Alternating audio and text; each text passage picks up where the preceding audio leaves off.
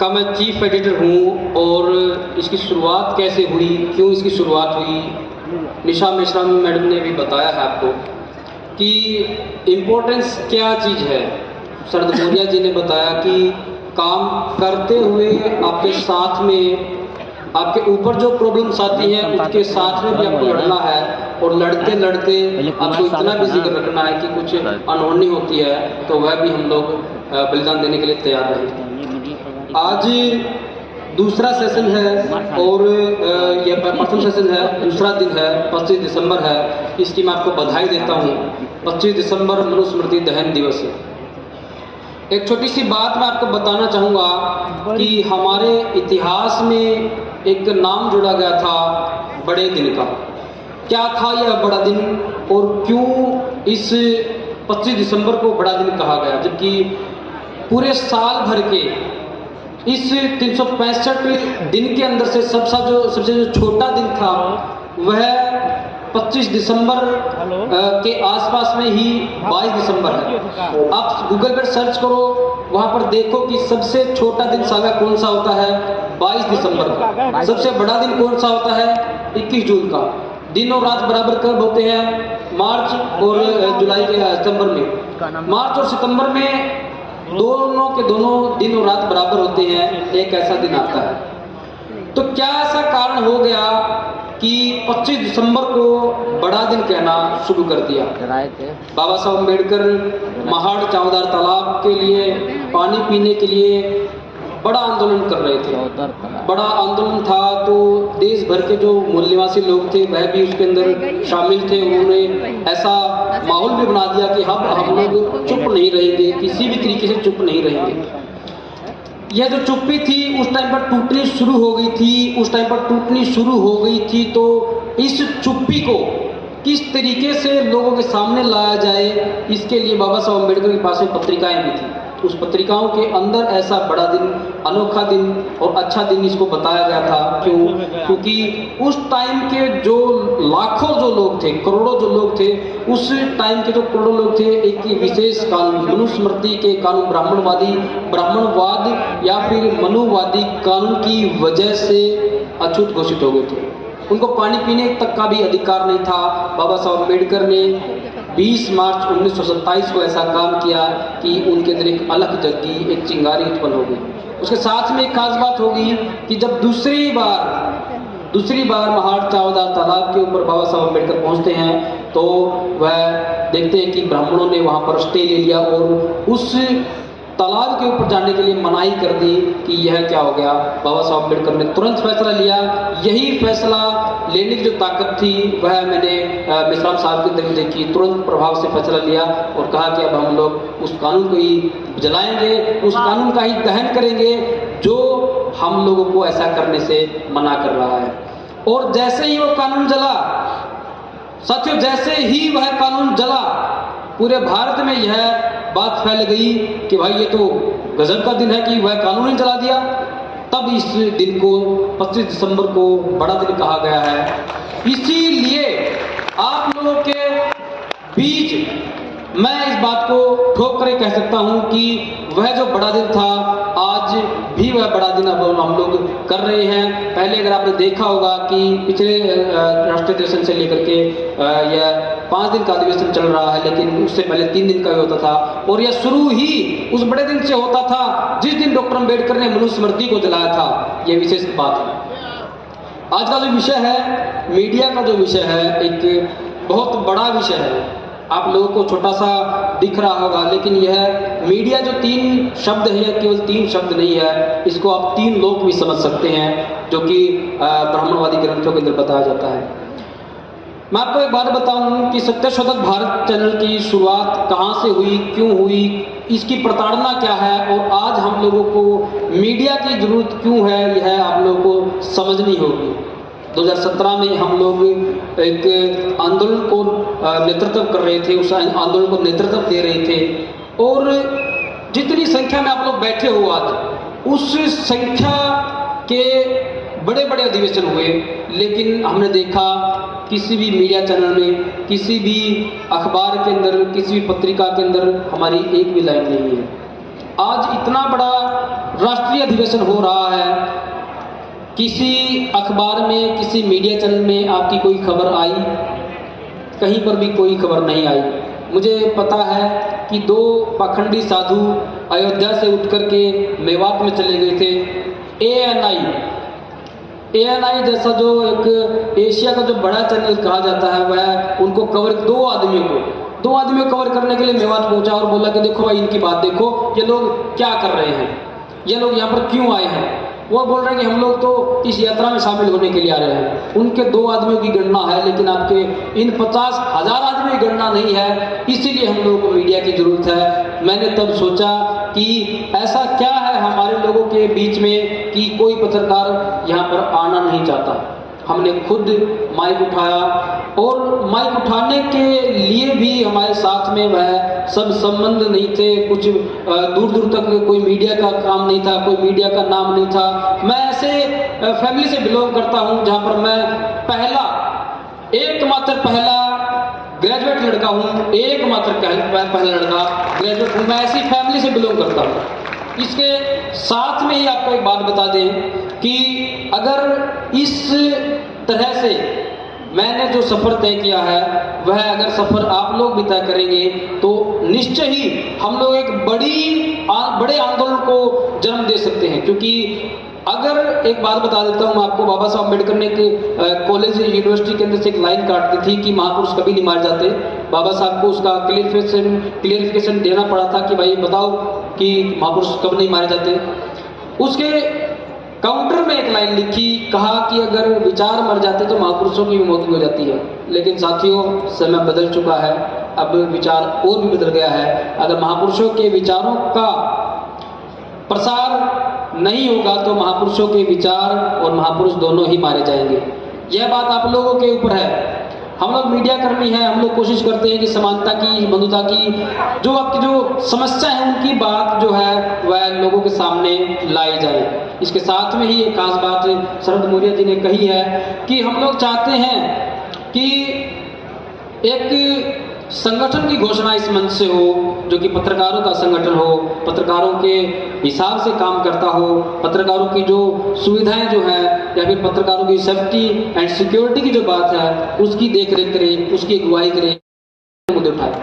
लगभग 900 के आसपास में एक साल में स्टोरीज लगाता है, खबरें लगाता है, स्टोरीज को कवर करता है, लगभग 900 के आसपास में। उस डेटा के लिए जब वह डेटा सामने आया तब एक बहुत बड़ा चौंकाने वाला खुलासा हुआ।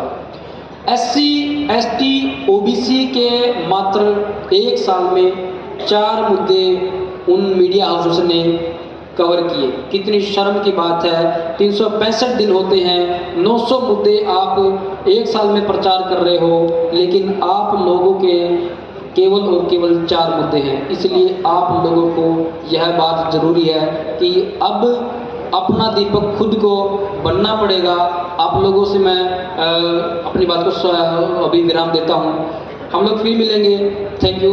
जय भीम, जय मूल निवासी। धन्यवाद संचालय महोदय। आप सभी साथियों को मेरा जोहार। जय मूल निवासी। साथियों, वामसफ के अधिवेशन का दूसरा दिन है और इस दूसरे दिन के शुरू में ही जो विषय चर्चा के लिए आप लोगों के सामने संगठन ने रखा है, दरअसल इस सत्र में 3 अलग अलग विषय हैं। तीनों विषयों में जिस विषय पर मुझे बोलना है, जिस विषय पर मुझे बात करनी है, वो सोशल मीडिया से जुड़ा हुआ विषय है। सबसे पहले मैं आप लोगों को वो विषय पढ़कर सुनाना चाहता हूँ। वो विषय है, भारत में सोशल मीडिया पर नए नए नियम लगाकर मूल निवासी बहुजन समाज के आंदोलन को कमजोर करना और मूल निवासी बहुजन पत्रकारों पर झूठे आरोप लगाकर उन्हें गिरफ्तार करना शासक जाति द्वारा किया गया एक षड्यंत्र है। इस षड्यंत्र का पर्दाफाश।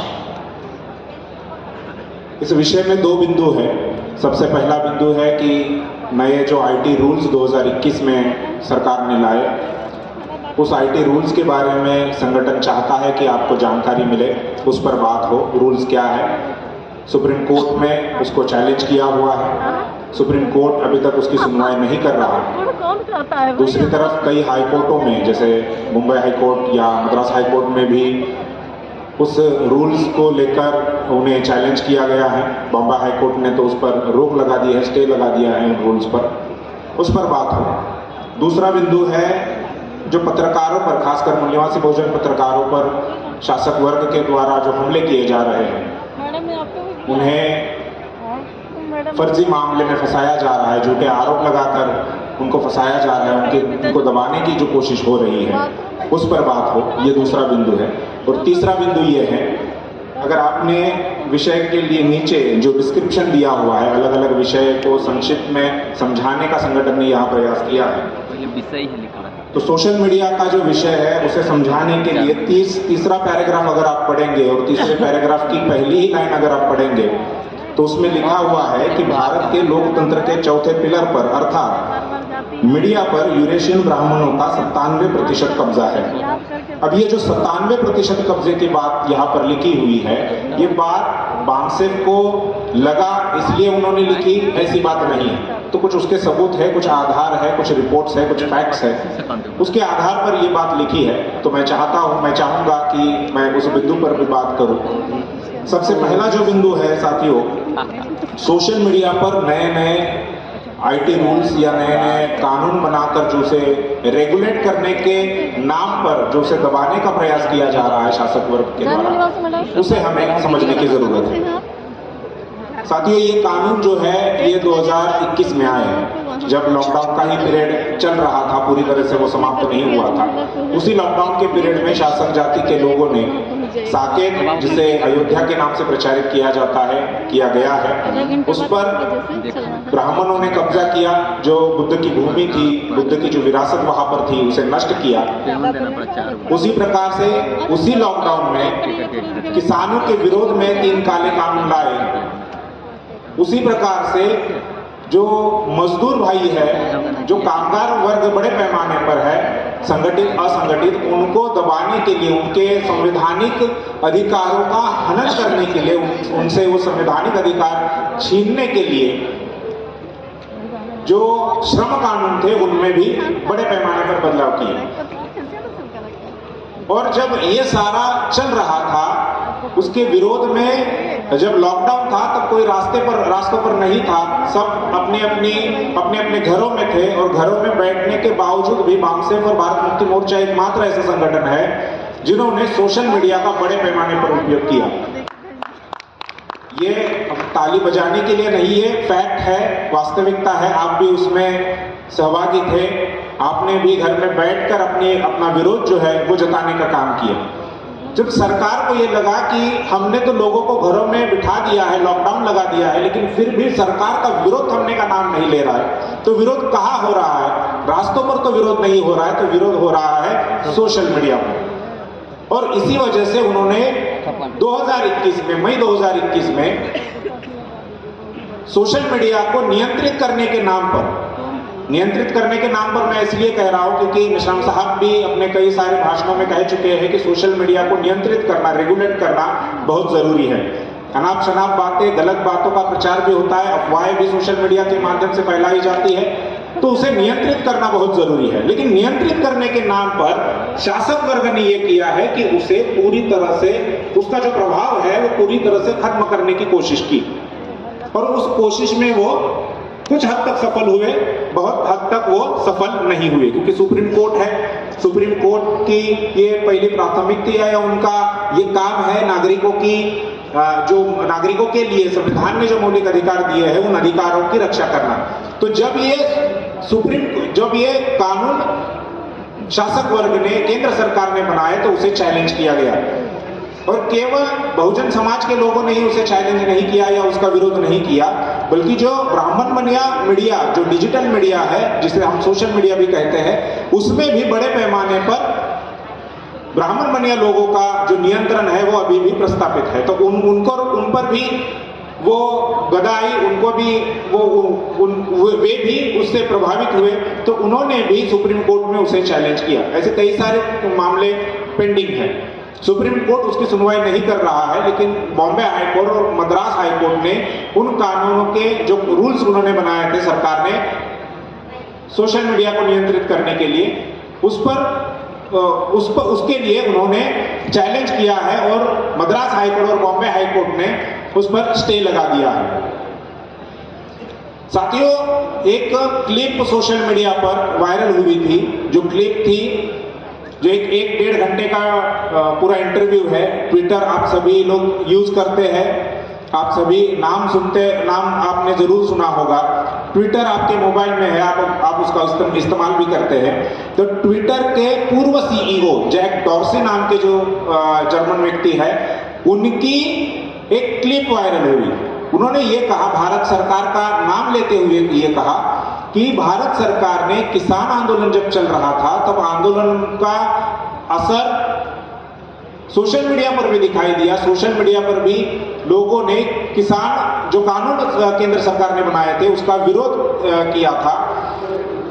तो उसे उन जो ट्विटर हैंडल्स थे, उन ट्विटर हैंडल्स को, उन ट्विटर अकाउंट्स को बंद करने के लिए जैक डॉर्सी को धमकी दी थी।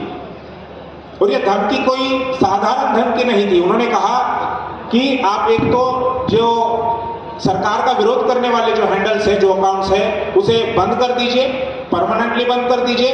अगर आपने ऐसा नहीं किया तो हम आपके ऑफिसेस पर, जो उनके कार्यालय है, उन पर हम लोग कार्रवाई करेंगे, आपके लोगों को अंदर डाल दिया जाएगा।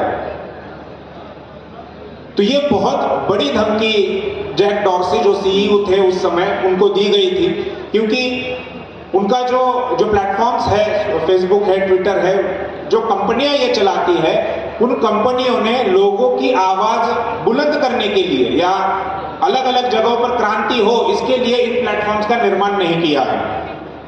इन प्लेटफॉर्म्स का निर्माण उन्होंने बिजनेस करने के लिए किया है। और बिजनेस का पहला नियम है, या बिजनेस इसीलिए शुरू किया जाता है टू मेक अ प्रॉफिट। अगर प्रॉफिट नहीं है तो बिजनेस चलाने का कोई मतलब नहीं है। बिजनेस का पहला उद्देश्य यही होता है, टू मेक अ प्रॉफिट। तो ट्विटर के जो सीईओ है, उन्होंने ट्विटर बनाया, उन लोगों ने जो ट्विटर बनाया वो लोगों क्रांति करने के लिए तो नहीं बनाया। उन्होंने जाहिर सी बात है प्रॉफिट करने के लिए बिजनेस बनाया, वो प्लेटफॉर्म बनाया। लेकिन जब उस प्लेटफॉर्म पर ही आंच आने लगे या प्लेटफॉर्म को ही धमकी दी जाने लगे, उसके प्रॉफिट होने के जो साधन है उसको ही अगर बंद कर दिया जाए तो फिर ये बिजनेस चलाने का कोई मतलब नहीं है।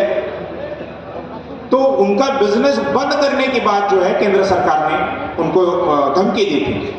और ये बात खुद जैक डॉर्सी ने सामने आकर बताई। हालांकि उन्होंने उसी समय वो बात बतानी चाहिए थी, उसकी और प्रतिक्रिया होती, लेकिन उन्होंने जब वो सीईओ नहीं रहे, यानी उस कंपनी को उन्होंने जब छोड़ दिया, उसके बाद वो बात कही। लेकिन देर से ही वो बात हमारे सामने आई। यानी सोशल मीडिया को नियंत्रित करने के लिए केंद्र सरकार जो है या शासक वर्ग जो है वो साम दाम दंड भेद किसी भी हथकंडे का उपयोग करके उसका इस्तेमाल कर रहा है और हमारी आपकी आवाज को दबाने का काम कर रहा है।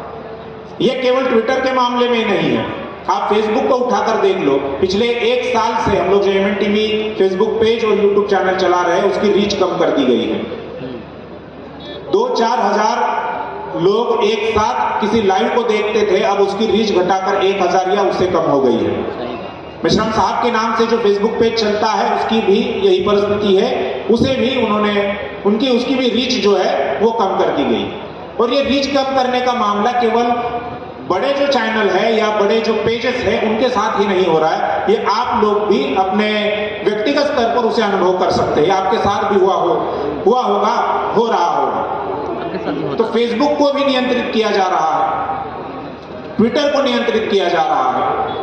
एक तो कानून बनाकर किया जा रहा है, जब कानून को चैलेंज किया गया, जब इस पर अमल नहीं हो सकता तो अलग तरीके से जो प्लेटफॉर्म चलाने वाली जो कंपनियां हैं उनको डराकर धमकाकर सोशल मीडिया को दबाने का काम किया जा रहा है। हमने यूट्यूब पर जब ये साकेत का मामला चला 2020 में और बड़े पैमाने पर हमने सोशल मीडिया पर आंदोलन किए, उसी क्रम में हमने एक वीडियो बनाया था।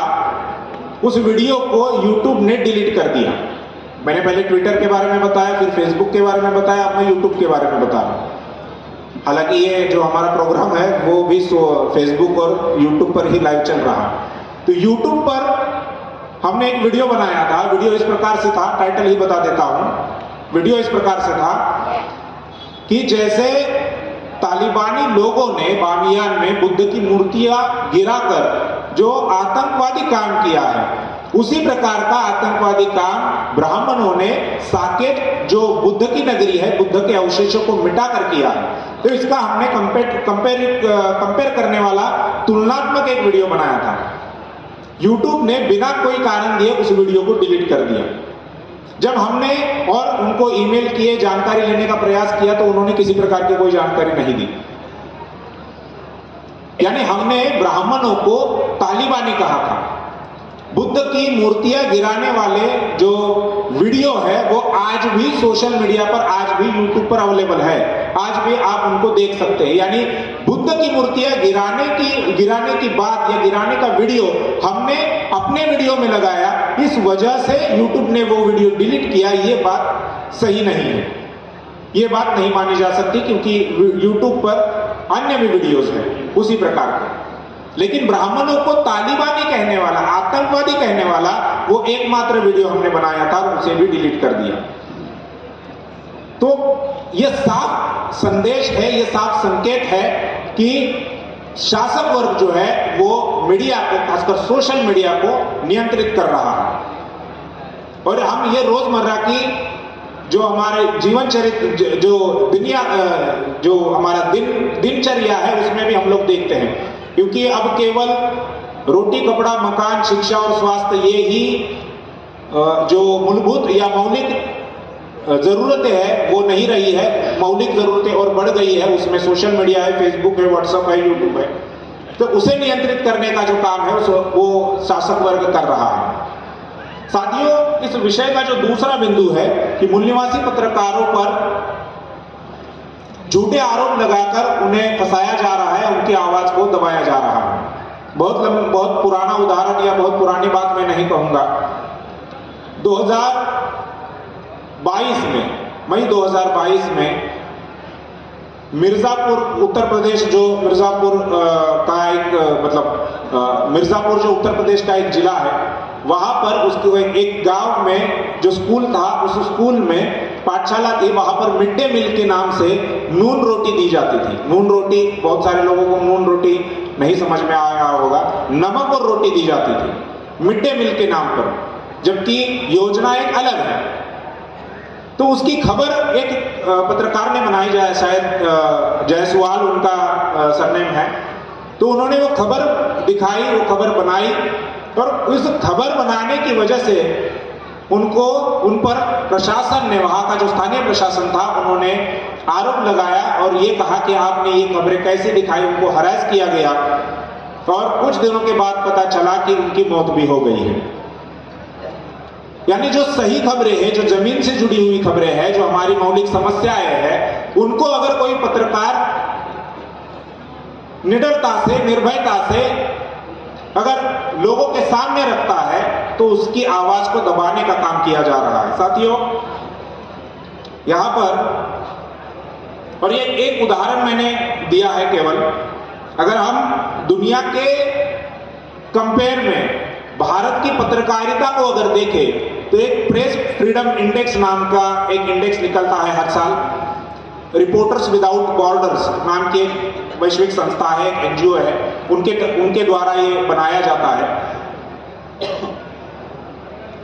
तो साल 2023 यानी इस साल मई के महीने में वो रिपोर्ट जो है वो पब्लिश हुआ।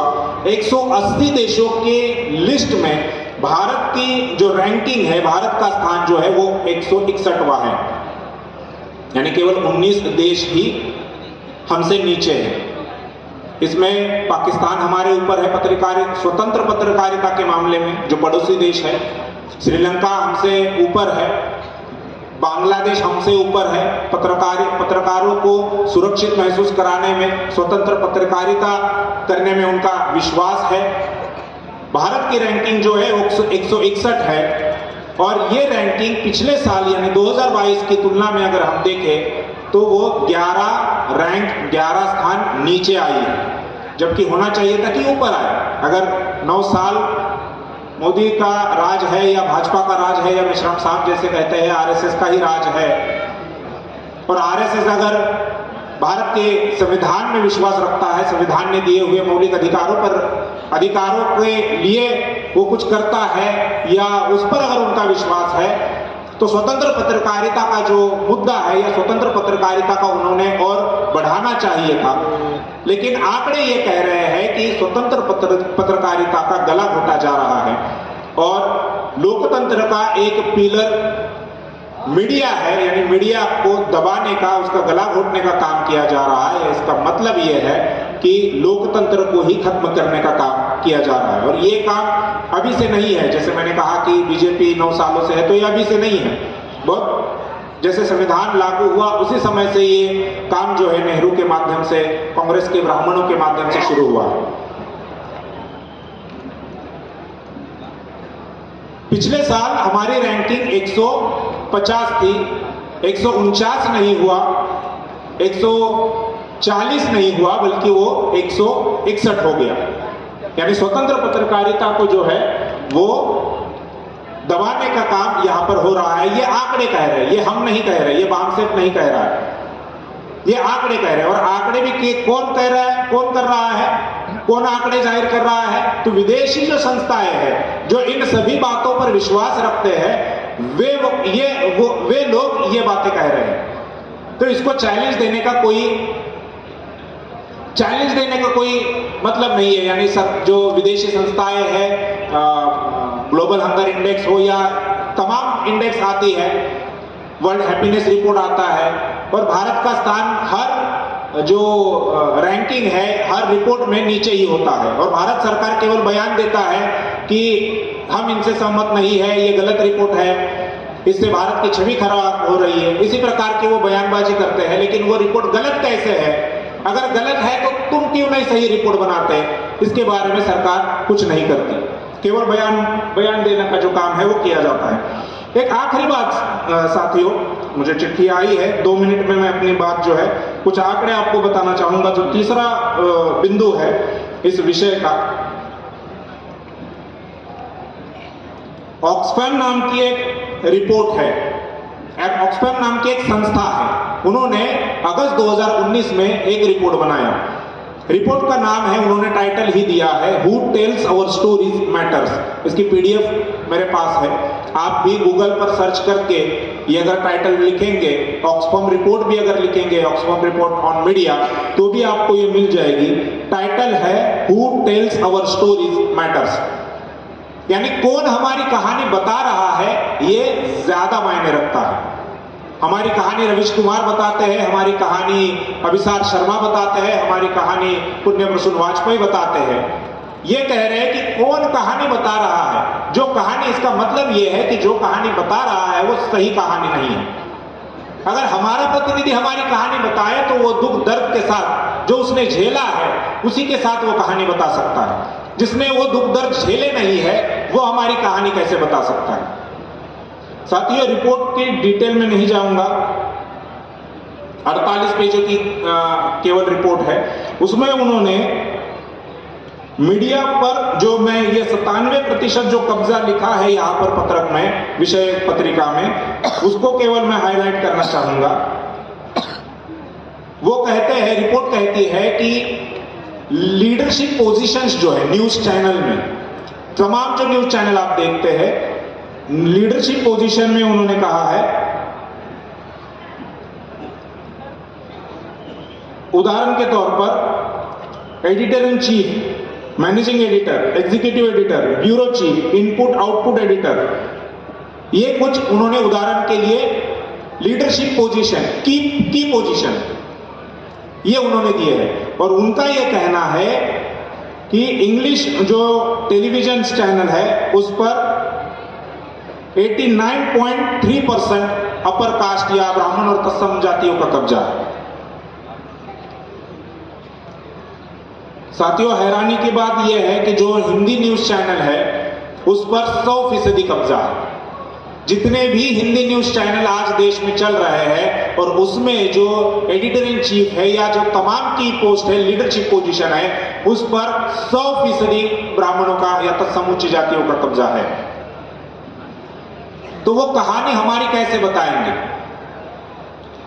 जितने लोग पैनलिस्ट के तौर पर बुलाए जाते हैं उसमें से 90% से ज्यादा जो पैनलिस्ट होते हैं वो ब्राह्मण और तत्सम जातियों के होते हैं। यानी अगर रिजर्वेशन पर चर्चा करनी है तो 4 में से 3 लोग ब्राह्मण होंगे और एक केवल शेड्यूल कास्ट, शेड्यूल ट्राइब या अदर बैकवर्ड क्लास का व्यक्ति होगा। तो अगर 4 में से एक ही हमारा व्यक्ति होगा, हमारा प्रतिनिधि होगा, तो वो हमारी बात कैसे कर पाएगा, उस बात को वो न्याय कैसे दे पाएगा। और बाकी जो 3 लोग हैं उनके विचारधारा, उनका उद्देश्य ध्यान में रखते हुए वो हमारे लोगों का माइंडसेट करने का काम करते हैं। और ये सारे पैनलिस्ट, लगभग 90% से ज्यादा जो पैनलिस्ट बुलाए जाते हैं विश्लेषक के तौर पर, वो सारे के सारे ब्राह्मण होते हैं। और केवल 1-2 न्यूज चैनल की बात नहीं है। जैसे आप अगर बोले कहेंगे कि रिपब्लिक टीवी पूरी तरह से बीजेपी के फेवर में है तो वही करता होगा, ऐसा नहीं है।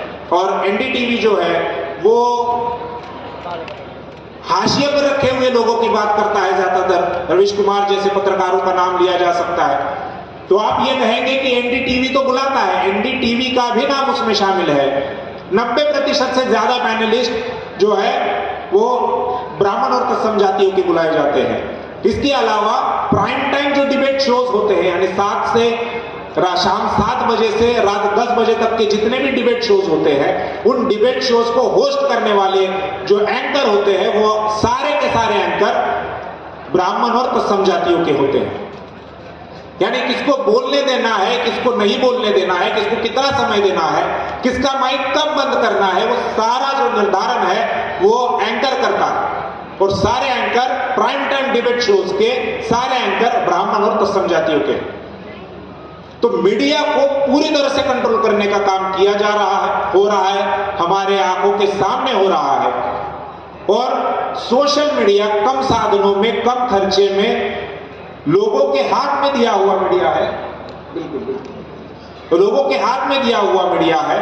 अगर उस मीडिया का भी हम लोग सही से उपयोग नहीं करेंगे, संगठित उपयोग नहीं करेंगे, तो फिर हमारी आजादी और बहुत दूर हो जाएगी।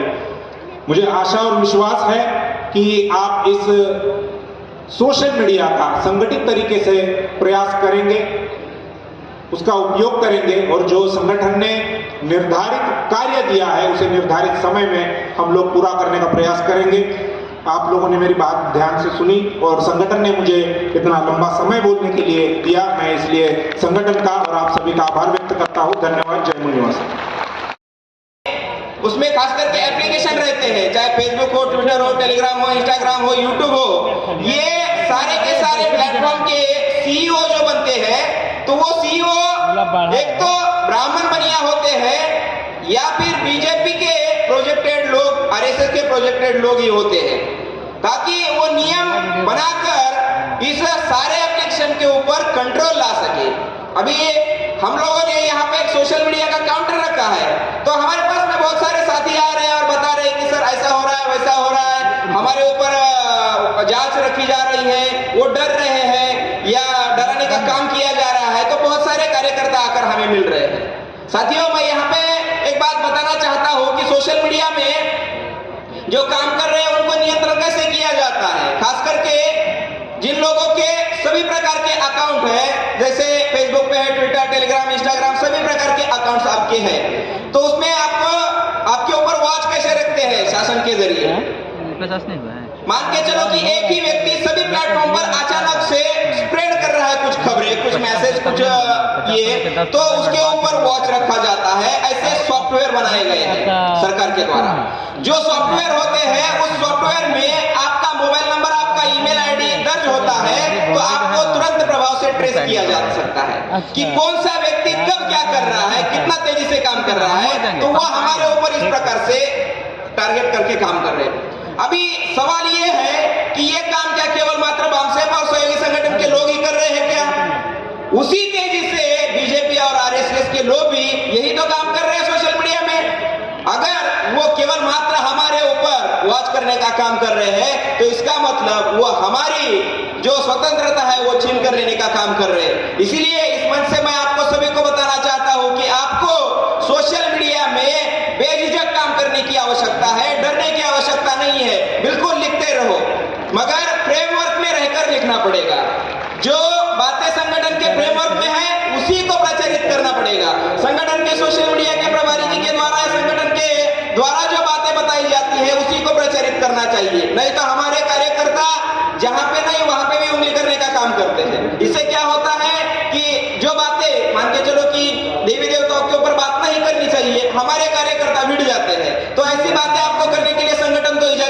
देता है। तो ये सारी बातें अगर आप लोगों ने कंट्रोल में लाए आपके आचरण में सोशल मीडिया इस्तेमाल करते वक्त, तो आपको कोई भी डरने की आवश्यकता नहीं है। हम लोग हमारे महापुरुषों की विचारधारा डंके की चोट पर वायरल करने का काम तेजी से करो, कोई आपको दिक्कत नहीं आएगी। अगर आती भी है, अगर ये हमारी जो आजादी है वो छीनने का काम करेंगे तो संगठन आपके पीछे खड़ा हो सकता है, मगर जो बातें संगठन के फ्रेमवर्क में है उसी को आपको प्रचारित करना होगा।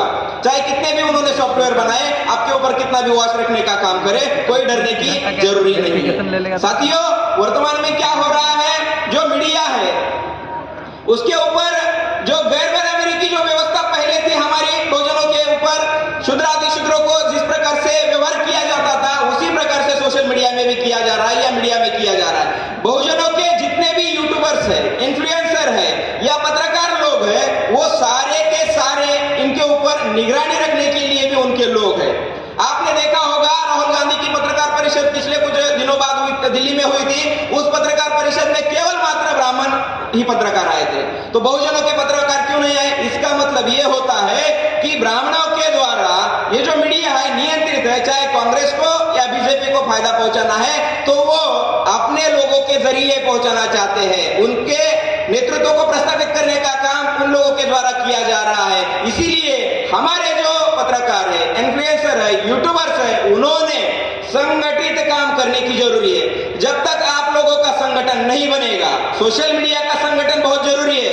अगर आप लोग संगठित तरीके से व्हाट्सएप के प्लेटफॉर्म पर आते हैं, संगठन सोशल मीडिया का बन रहा है तेजी से, उसमें जुड़ते हैं, तो आपको कोई डरने की आवश्यकता नहीं है, दुश्मन भी आपको कुछ नहीं करने वाला है। तो इसीलिए हम लोगों को संगठित सोशल मीडिया का इस्तेमाल करना बहुत जरूरी है। साथियों, एक बात मैं यहाँ पे बताना चाहता हूँ कि जो प्रेस फ्रीडम इंडेक्स है, प्रेस फ्रीडम इंडेक्स का मतलब होता है कि बोलने की आजादी वाला इंडेक्स। तो उसमें लगभग 180 देश दुनिया के हैं, उस 180 देश में भारत का नंबर आता है 168वां, 168 नंबर पे भारत चल रहा है। इसका मतलब ये होता है कि इंडिया में फ्रीडम बोलने के लिए नहीं है, और हम लोग लोकशाहीवादी हैं। हमारे देश में इतना बड़ा संविधान होने के बावजूद भी इस प्रकार की आजादी जो है वो छीनने का काम संगठन ये बीजेपी और आरएसएस के द्वारा हो रहा है। तो इसीलिए हमें संगठित होकर काम करने की जरूरी है। तो मैं इस मौके पर इतनी ही बात करते हुए आपको एक जाते जाते एक संदेश देना चाहता हूं कि यहाँ पे जितने भी कार्यकर्ता बैठे हैं, उन लोगों ने जो सोशल मीडिया का हमारा काउंटर लगा है उस पर जाकर कंपलसरी आपका नाम, मोबाइल नंबर हमें दीजिए। अगर आपने आपका नाम, मोबाइल नंबर और आपका संगठन का नाम दिया या आपका जिला का नाम दिया, तो आप लोगों को हम लोग ऑनलाइन ट्रेनिंग देंगे। जो बीजेपी का आईटी सेल लोगों को पैसा देकर काम करवाती है, हम लोग आपको संगठन के द्वारा ट्रेनिंग देकर सोशल मीडिया के जरिए आंदोलन को लाखों करोड़ों लोगों तक कम समय में कैसा पहुंचाया जा सकता है, इसकी ऑनलाइन ट्रेनिंग देंगे। तो आप ऐसा करेंगे, यही उम्मीद के साथ मैं मेरी वाणी को विराम देता हूं। जय मूल निवासी।